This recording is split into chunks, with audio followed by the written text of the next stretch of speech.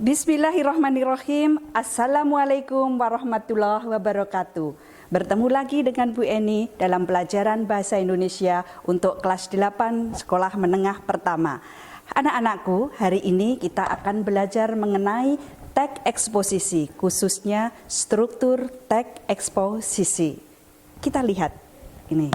Nah, anak-anakku, tentu saja kalian masih ingat pengertian teks eksposisi. Bu Eni tidak akan mengulang kembali. Jadi langsung sekarang pada apa itu struktur teks eksposisi. Nih, yang pertama, struktur teks eksposisi itu terdiri dari tesis atau pernyataan umum. Kemudian yang kedua itu berupa argumentasi atau yang menjadi isi dari teks eksposisi.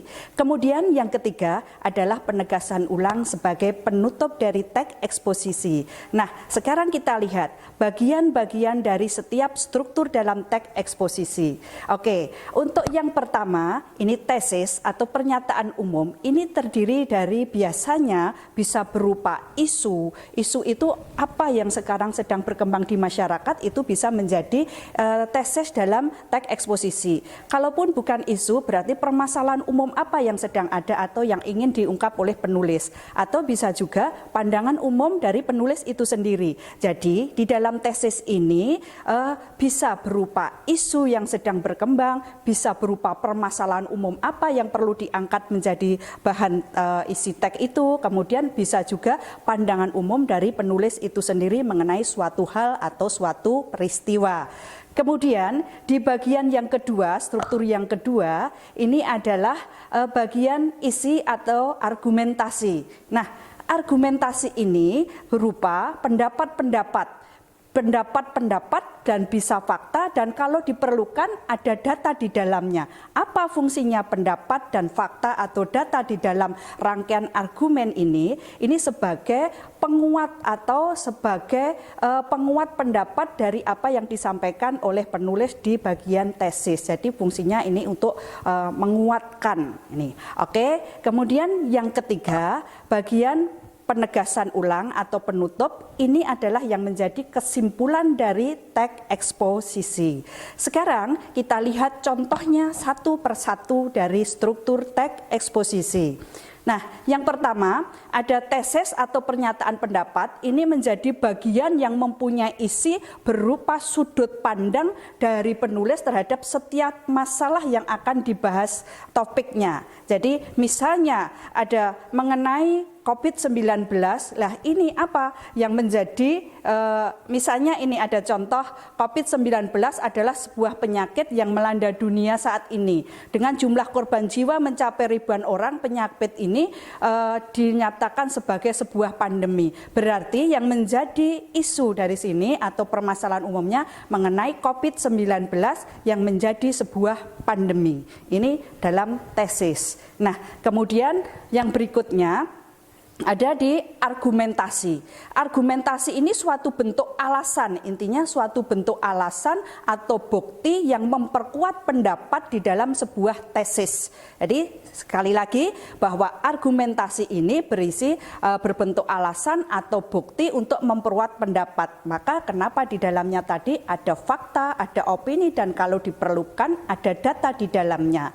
Kita lihat misalnya mengenai kenapa COVID-19 tadi menjadi sebuah pandemi, diceritakan di dalam teks ini. Nah, berikutnya kita lihat untuk dari teks ini kita tahu alasan-alasan apa yang menjadi kenapa COVID-19 menjadi sebuah pandemi. Oke, nih. Terus, dari teks itu tadi, anak-anak, kalian bisa melihat di argumen atau di alasan itu, kenapa COVID-19 ini menjadi pandemi. Yang pertama, penyebaran COVID-19 ini memang sangat cepat dan menyebar ke seluruh dunia. Yang kedua, alasan yang kedua kenapa dinyatakan sebagai pandemi, karena COVID-19 ini sudah menelan banyak korban jiwa, banyak yang kena virus ini meninggal dunia.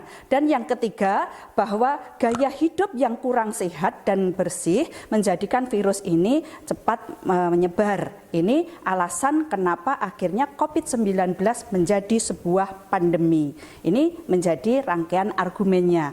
Kemudian di penegasan ulang atau di penutup, bagian ini merupakan sebuah kesimpulan yang menegaskan kembali dari tesis yang dibicarakan di awal teks eksposisi dan penguat argumentasi yang ditunjang oleh fakta. Nah, ini contohnya di teks tadi, oleh karena itu penanganan virus ini dilakukan dengan cepat. Untuk menghadapinya sebagai sebuah pandemi diperlukan kerja keras seluruh negara. Ini yang menjadi kata kunci, oleh karena itu. Kemudian diperlukan kerja keras seluruh negara. Ini menjadi penutup di dalam teks eksposisi. Nah, itu anak-anakku untuk struktur teks eksposisi. Intinya, struktur teks eksposisi itu terdiri dari 3. Yang pertama ada tesis atau pernyataan umum. Yang kedua ada rangkaian argumen yang di dalamnya terdapat gagasan, fakta, ini atau opini, dan bahkan kalau diperlukan ada data.